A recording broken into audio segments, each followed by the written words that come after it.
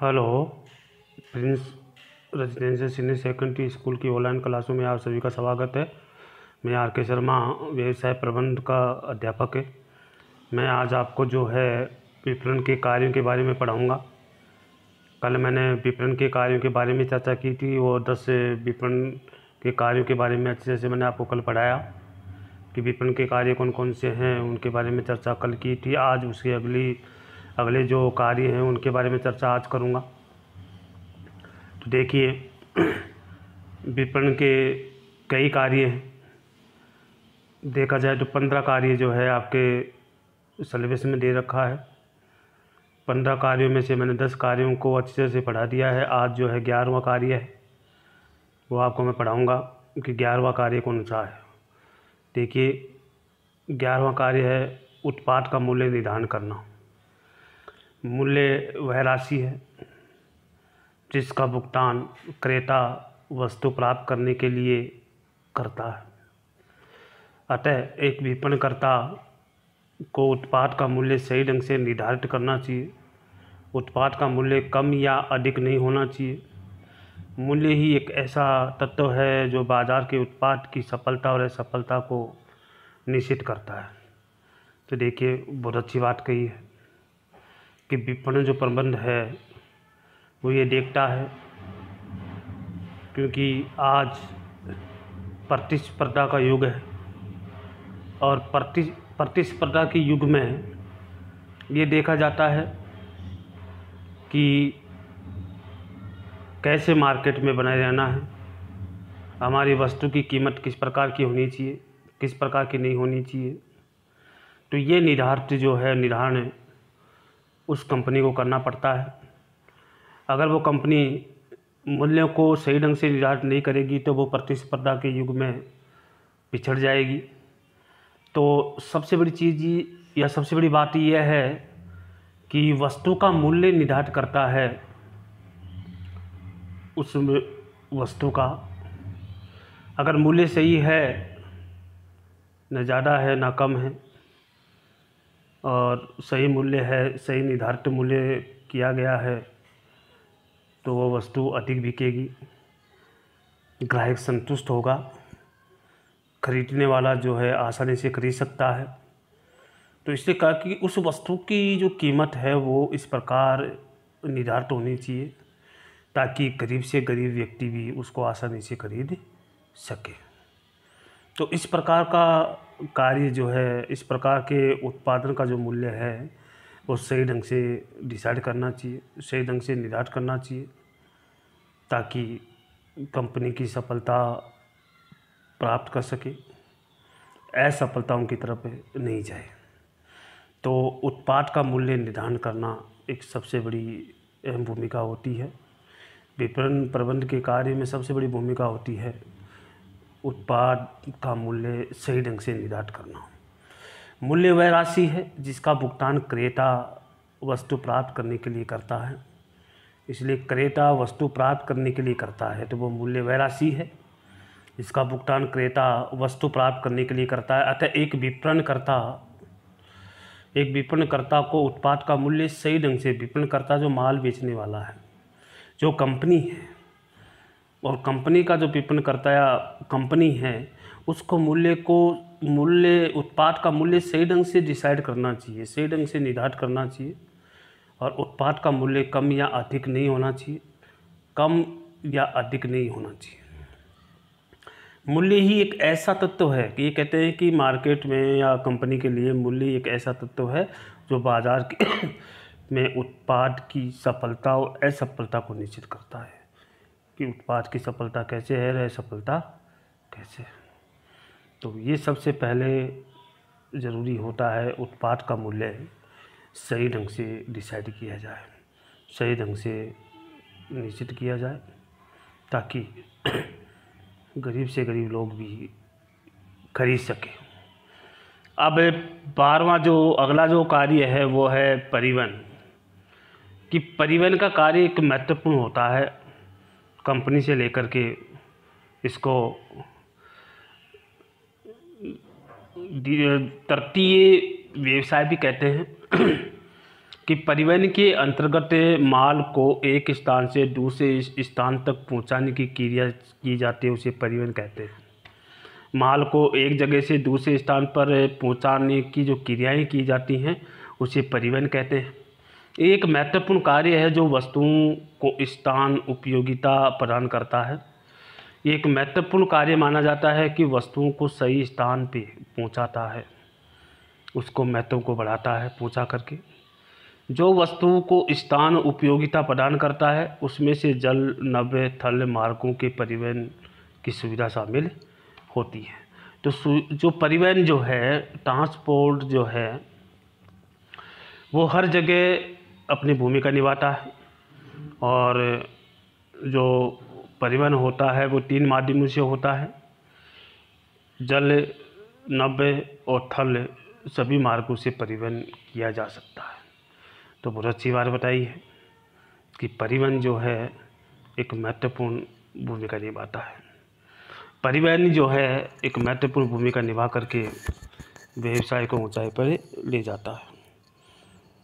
तो विपणन के 12वां जो कार्य है वो है परिवहन सही ढंग से होना चाहिए, समय पे होना चाहिए। अगर परिवहन सही और समय पे होगा तो कंपनी की प्रसिद्धता भी बढ़ेगी, कंपनी का उत्पादन भी बढ़ेगा और कंपनी का विकास भी होगा। कंपनी अपने उद्देश्य में सफलता भी प्राप्त करेगी। इसलिए परिवहन का योगदान भी सबसे ज़्यादा माना जाता है। अगला जो टॉपिक है संग्रहण। संग्रहण जो है, जिसको गोदाम या भंडारण भी कहते हैं। माल, कंपनी अगर प्रोडक्ट बनाती है, माल बनाती है, तो वो 6 महीने 12 महीने का माल एडवांस या स्टॉक बनाती है। सामान्यतः ये कहा जाता है कि वस्तु के उत्पादन, उसकी बिक्री और उसके उपभोग के बीच समय का अंतर होता है। सामान्यतः ये कहा जाता है कि वस्तु बनती है, फिर वस्तु एक जगह से दूसरी जगह जाती है तो उसको समय लगता है, बीच में समय का अंतर होता है। इसलिए विनिमय कार्य करने हेतु विपणनकर्ता को माल का संग्रहण करना चाहिए। विनिमय का मतलब आदान प्रदान, बेचना। तो इससे पहले संग्रहण करना पड़ता है, भंडारण बनाया जाता है, भंडार में रखना पड़ता है, गोदाम रखना पड़ता है। इसलिए ये व्यवस्था भी होनी चाहिए। इसके लिए वह माल रखने हेतु भंडार या गोदाम की व्यवस्था करता है, ताकि माल को सुरक्षित भी रख सके और लंबे समय तक भी रख सके, और जैसे जैसे डिमांड हो उसके हिसाब से माल जो है एक जगह से दूसरी जगह पहुंचाया जा सके। लेकिन माल को सुरक्षित रखने के लिए भंडार और गोदाम की आवश्यकता होती है। इसलिए विपणनकर्ता गोदाम की व्यवस्था करता है, भंडार की व्यवस्था करता है, ताकि माल सुरक्षित रह सके, जिसमें माल रखा जा सके और जाता है, और समय के आधार पर बाज़ार में माल को भेजा जाता है। जैसे माल की डिमांड होती है, समय के आधार पर माल को भेजा जाता है। इसलिए है संग्रहण भी एक महत्वपूर्ण कार्य होता है विपणनकर्ता का, कि संग्रहण, माल का गोदाम या भंडारण की व्यवस्था भी होनी चाहिए। अगला जो टॉपिक है कि वित्त व्यवस्था। जो वित्त व्यवस्था व्यवसाय के लिए एक महत्वपूर्ण मानी जाती है। वित्त व्यवस्था सबसे महत्वपूर्ण है कि बिना पूंजी के व्यवसाय नहीं चला सकते। इसलिए वित्त व्यवस्था एक महत्वपूर्ण आधार है व्यवसाय का। इसलिए वित्त का अभिप्राय है पूंजी से माना जाता है। एक विपणनकर्ता को व्यवसाय के विभिन्न कार्य करने हेतु पूंजी की आवश्यकता होती है। विपणनकर्ता बैंकों और वित्त संस्थाओं के संपर्क करके व्यवसाय स्टार्ट करने के लिए विपणनकर्ता क्या करता है, उनको पैसे की आवश्यकता होती है, और पैसे कहीं ना कहीं वो व्यवस्था करने की कोशिश करता है, चाहे वो बैंकों के माध्यम से करे या वित्त संस्थाओं के माध्यम से करे। वह उनसे संपर्क बनाता है और संपर्क बनाने के बाद उसे ऋण प्राप्त करके वित्त संबंधी कार्य को वो पूर्ण करता है। तो देखिए, व्यवसाय प्रारंभ करने के लिए कई प्रकार के जो है ऋण लेने पड़ते हैं। व्यवसाय शुरू करने के लिए वित्त की व्यवस्था होना बहुत ज़रूरी है। बिना वित्त के अपने व्यवसाय नहीं कर सकते। तो व्यवसाय का दूसरा नाम है पूंजी। इसलिए व्यवसाय चलाने वाला है विपणनकर्ता क्या करता है, बैंकों के माध्यम से या वित्त संस्थाओं के माध्यम से पैसा प्राप्त करने की कोशिश करता है ताकि पैसे संबंधी जो समस्या है वो दूर हो सके। इसलिए वित्त भी एक कार्य है, वित्त की व्यवस्था करना, तो विपणनकर्ता उसको वित्त की व्यवस्था करने की कोशिश करता है ताकि व्यवसाय को सही ढंग से चलाया जा सके। अगला जो है जोखिम, 15वां जो है जोखिम, कि मैंने पहले भी कह चुका हूँ कि बिना जोखिम के आप व्यवसाय नहीं कर सकते। बिना जोखिम के आप व्यवसाय नहीं कर सकते। व्यवसाय का दूसरा नाम ही है जोखिम। जब तक आप रिस्क नहीं उठाओगे, जब तक आप सफलता प्राप्त नहीं कर सकते, व्यवसाय नहीं चला सकते, तो आपको रिस्क उठाना ही पड़ेगा। तो विपणन कार्य में विभिन्न प्रकार की जोखिमें होती हैं, जैसे माल का नष्ट हो जाना, मांग में परिवर्तन होना, उधारी नहीं आना, इसके अलावा प्राकृतिक आपदा भी है, आग लगना, बाढ़ का आना, विभिन्न जोखिमों को उठानी पड़ती है। तो इसलिए विपणनकर्ता क्या करता है, विपणन विभाग क्या करता है, उस सभी का बीमा करवाता है ताकि जोखिम से बचा जा सके। तो जोखिमों को कम करने के संबंध में कार्य भी करता है। तो विपणनकर्ता का ये कार्य भी है कि जोखिम उठाना, कि वो जोखिम उठाता है और हर प्रकार के जोखिम के लिए वो तैयार रहता है और हमेशा जोखिम को कम करने में लगा रहता है। कई प्रकार की आपदाएं होती हैं, प्राकृतिक आपदा भी है, आग लगना है, बाढ़ का आना आदि कई प्रकार की जो है जोखिमें आती हैं। इस जोखिम को सुरक्षा के लिए विपणनकर्ता जो है विभाग जो है बीमा करता है, बीमा की व्यवस्था करता है, ताकि बीमा करवाता है ताकि इस समस्याओं से छुटकारा पाया जा सके। बीमे की व्यवस्था भी करता है, लेकिन ये सारा कार्य जो करता है वो विपणनकर्ता के माध्यम से ही किया जाता है। तो देखिए, मैंने आपके विपणन प्रबंध के कार्यों के बारे में चर्चा की। विपणन के कार्य मैंने आपको पढ़ाया है। आज विपणनकर्ता के प्रबंध के कार्य पूरे हो चुके हैं। 11वां जो मैंने आपको पढ़ाया, उत्पाद का मूल्य निर्धारण करना, बहुत अच्छी बात है, सही ढंग से डिसाइड किया जाता है। दूसरा परिवहन के बारे में पढ़ाया।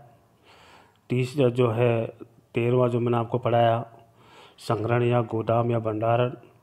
14वां मैंने पढ़ाया वित्त व्यवस्था और 15वां पढ़ाया जोखिम उठाना। आज जो है, आज के लेसन में जो आपके टॉपिक जो मैंने करवाया है वो विपणन प्रबंध के कार्य जो है आज मैंने पूरे करवा दिए हैं और 15 कार्यों को मैंने अच्छी तरह से आपको समझा दिया है। फिर भी कोई समस्या हो तो आप मेरे से संपर्क कर सकते हैं और सभी विद्यार्थियों को आगाह करते हैं कि कोई विद्यार्थी अगर ऑनलाइन क्लास नहीं ले रहा है या कोई समस्या है तो वो भी मेरे से संपर्क कर सकते हैं। कोई समस्या है तो वो भी मेरे से संपर्क कर सकते हैं। तो प्लीज़ ध्यान दें कि अगर कोई बच्चा अगर होमवर्क नहीं कर रहा है या कोई बच्चा पढ़ाई नहीं कर रहा है तो उसके बारे में ज़रूर मुझे बताएं और उसकी समस्याओं का समाधान करूँगा। तो विशेष ध्यान दें कि जो नहीं पढ़ रहा है वो पढ़ना स्टार्ट कर दे और जो कोई समस्या है वो मेरे से संपर्क कर सकते हैं। मेरे नंबर आपके पास है और मैंने आज विपणन प्रबंध के कार्य पूरे करवा दिए गए हैं, अच्छी तरह से समझा दिया गया है। फिर भी कोई समस्या है तो आप मेरे से संपर्क कर सकते हैं, आप पूछ सकते हैं। आज की क्लास में इतना है। आगे जो है उसके महत्व के बारे में पढ़ाऊँगा कि विपणन प्रबंध का जो क्या महत्व है इसके बारे में मैं चर्चा करूँगा। आज इतना ही पढ़ाऊँगा। जय हिंद।